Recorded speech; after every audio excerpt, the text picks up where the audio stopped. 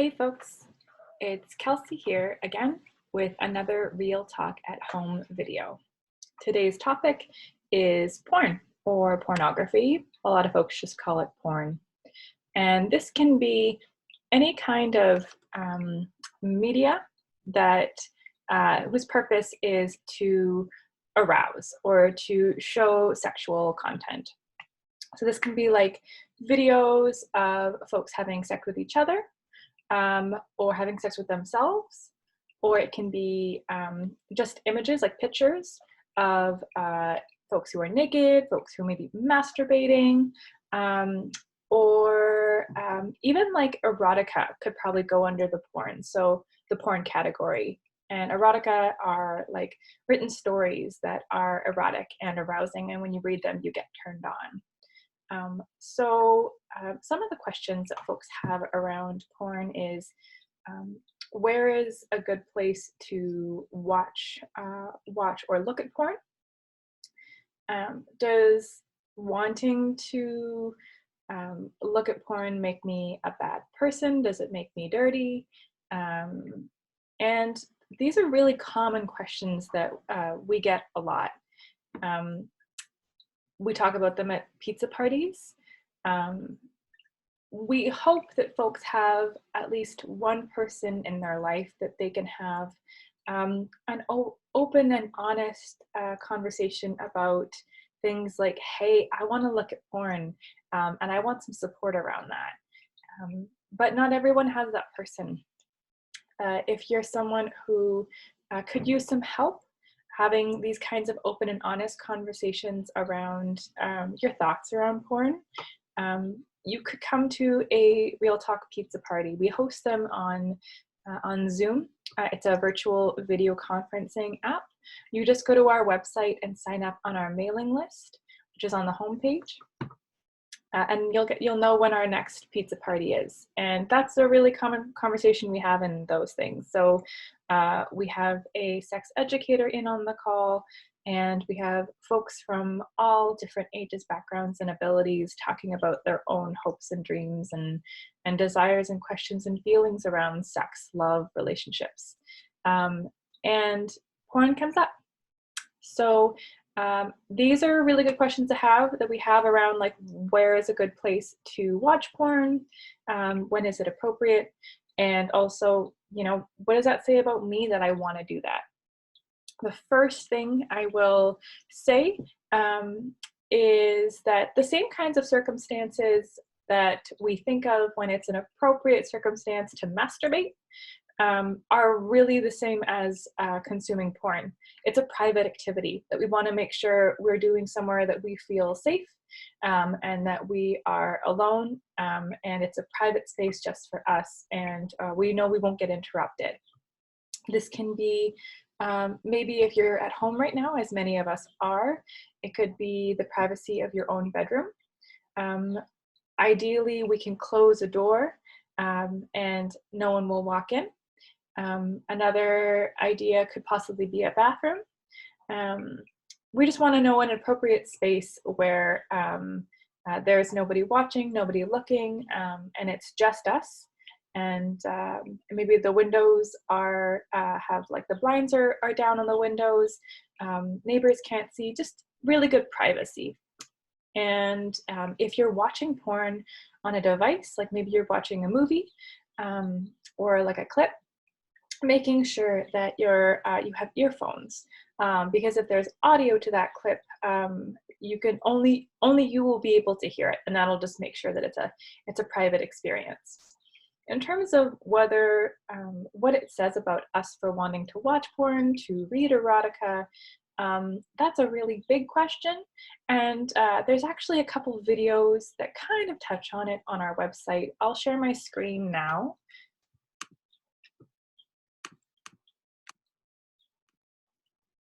So this here is the Real Talk website. Up here you can see it says real-talk.org.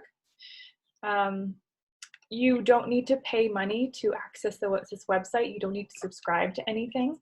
It's there 24/7, completely free.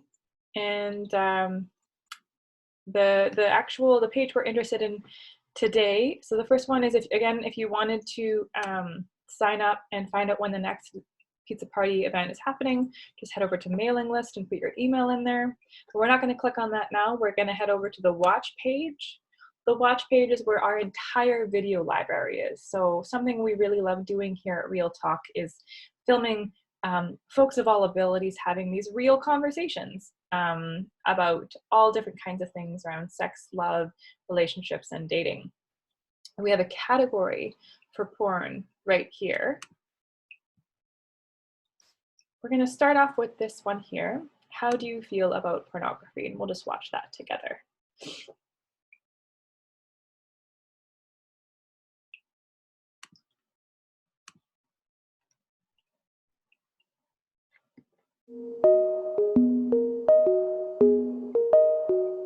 How do you feel about pornography? It's a natural thing, but it's technically illegal in Korea, where I'm from, but people all watch it anyways, and then they even talk about it publicly. I definitely think it's normal, the desire to look at or kind of observe erotic or explicit things. I think that's super normal. I still use it, generally more of a softcore kind of approach to pornography. I like to have some mystery about what's going on, leave something to my imagination. Does it make you feel sexy when you watch pornography? Sometimes. Have you ever? I did. I've watched it with your dad, as a matter of fact. I can remember. Like any edited media out there, a lot of it is fantasy. The actual experience of sex is very different from watching pornography. Right. You're feeling all sorts of feelings. You have emotions for this other person, and that's very different. But I think there's other ways where it's different too. In most pornography, you see only certain body types, and in most pornography, it seems to be only important that the man is being satisfied. And porn, nobody ever asks the other person, does this feel good? Would you like me to do it different or anything like that? Yeah. I would be worried about people getting unrealistic ideas of how they're supposed to perform sexually or look like to be worthy of having sex. I think it's important to kind of see a bunch of different types of images and sources, so it's not always very similar looking people doing really the same types of things. Each activity is very, very short in pornography, whereas in real life it can take longer. Yeah. So my friend says it's like watching the highlight reel. I'm thinking you've watched a football game. Mm-hmm. Yeah. Mm-hmm. Some people, get totally overwhelmed and that's all they ever watch, right? I definitely did, but it's a lot less now. You were sort of learning probably, and that's why you were doing that, yeah. I think it can be harmful on a level that you grow up with an idea of what is attractive, and you kind of get overly focused on imagery about what you're looking for in a relationship and what turns you on and everything. Out in the world, you may come across potential people that you're attracted to who have a huge range of bodies and interests and capacities. I like to compare it to, say, if you were watching an action movie like The Bourne Identity. Yeah. If your day out in the world was like the guy in The Bourne Identity, where you come out your front door and everyone's shooting at you and you have to run into your car and you get into a high-speed chase and then you have to jump off a building into a canal and swim away. That would be terrifying. It would be terrible. It would be the worst day ever. Yeah. But to watch it on a movie can be exciting, right? But that doesn't necessarily mean that just because you're watching it in a movie and finding it exciting that you'd want to do it in real life. It's like you're watching something for fantasy and entertainment, but it's not the same as real sex.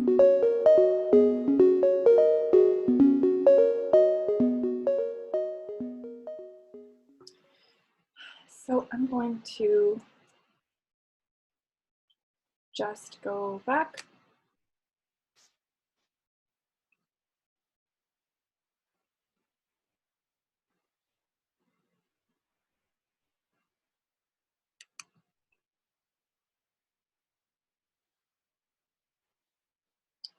We have this video here. It's based on a comic book. We have a few comic books that we give out at all of the pizza parties when we hold them in person. And they're based on hundreds of people that we know that we kind of put into a single person. All these real life stories. So this one talks a bit about porn as well.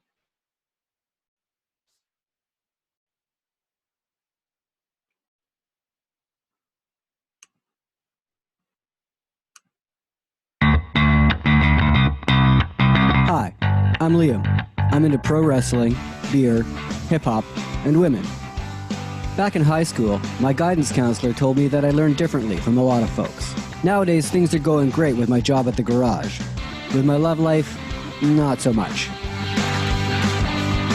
For a while, I was dating Gita. We met in high school.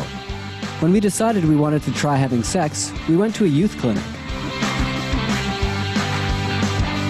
They had free condoms, and Gita even got free birth control pills because she was under 21. But then her mom found them, and we weren't allowed to date anymore. I wish we'd just use condoms instead of condoms and pills both. Condoms are easier to hide, but we wanted to be as safe as possible. I told her family that, but they were still mad. They thought we were just friends. Have you ever had conflicts because of dating or relationships like Liam has? My favorite place to get information about sex is at the youth clinic. I hate reading, and I don't like talking on the phone.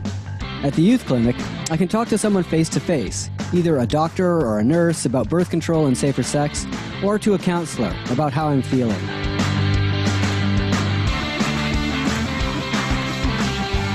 Meeting women interested in dating has been really tough. Sometimes I try to meet women at the mall, but usually they're mean to me. I've tried a dating group for people with cognitive disabilities in Vancouver called Let's Get Real. It was alright, but it's too far from me. There's also pro wrestling shows at a nearby community center that I want to check out sometime. Maybe I could meet someone there. How about you? Do you want to date anyone? How do you meet people? I've also started to talk with others like me about this stuff. I started going to Real Talk pizza parties. They're run by a sexual health educator, and I can ask them questions in the group, or privately afterwards. Do you ever have questions about sex? Yeah, I masturbate, and yeah, I look at porn. Pornhub.com is free, and as long as you stay on that site, you don't wind up accidentally clicking on anything illegal. Someone told me about Sensual Solutions, where you get to do sexual things with someone called an intimacy coach. It's pretty expensive, though, when you're only making minimum wage. Do you get to feel sexual pleasure in your life? Liam was voiced by John Woods.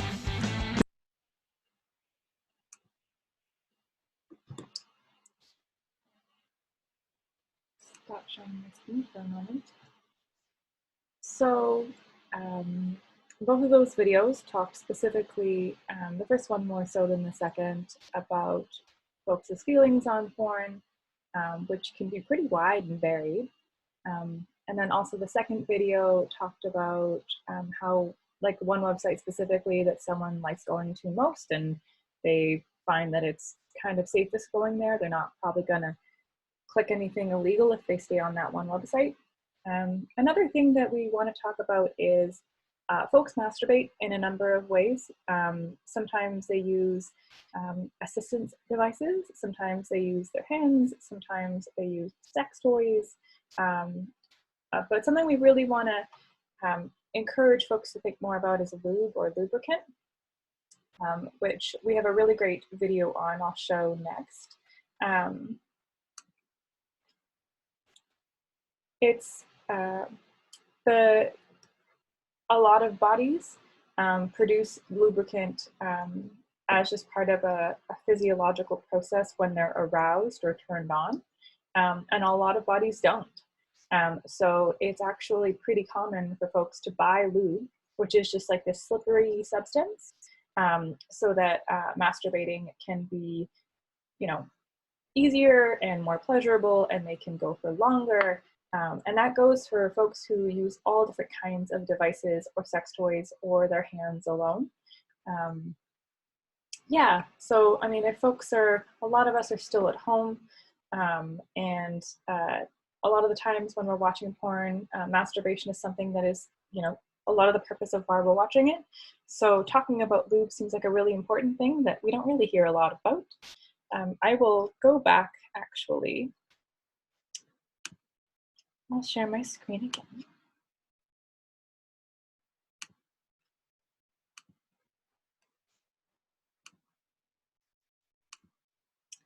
We're back on the watch page. This is the main video library. And right here, sex toys and lubricant. I think this is a really great video.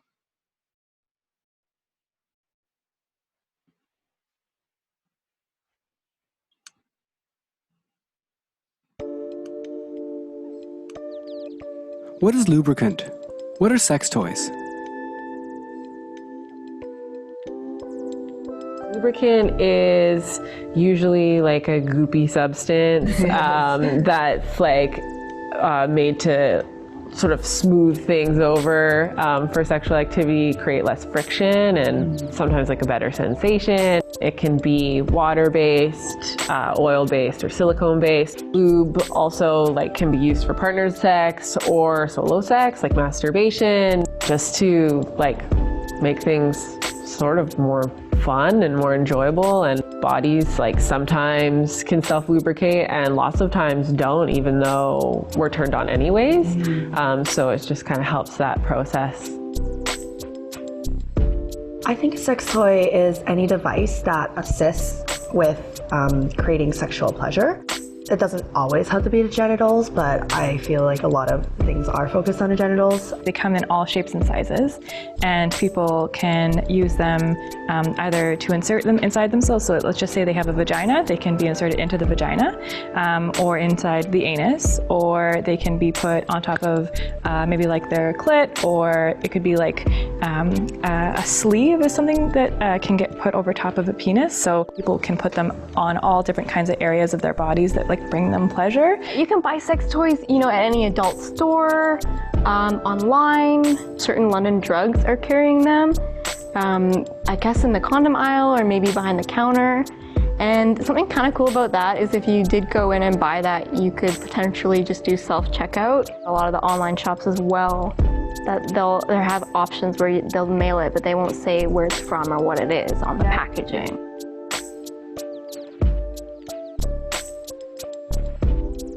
A vibrator is a device, and it can be like as big or as small it can be. Usually, sometimes they can be like this small. Sometimes they can be like pretty large, like almost like a large phallic-shaped vibrator. And it's something that kind of vibrates. It kind of moves in a way that's really rhythmic, and you could put it on different areas of your body. Could it be your genitals, your nipples, even like along like any erogenous zone, like some people like it around the neck. It can be used either alone, it can be used with a partner. If you look at a lot of the technological advancements, there's like some vibrators that you can control with an app on your phone, which is like super cool, right? Like especially if you're in a long distance relationship, it's really cool to add that element of intimacy that like never existed before. A lot of folks use vibrators, specifically if they have vulvas, because it can just like, it can be the reason that they orgasm if that's important to them. Like it can bring so much pleasure, and then it allows a lot of focus to be on the clit as opposed to just expecting penetration to be like the only thing that happens. Right. And I think that was like game changing for a lot of folks that I have like worked with and know over the years.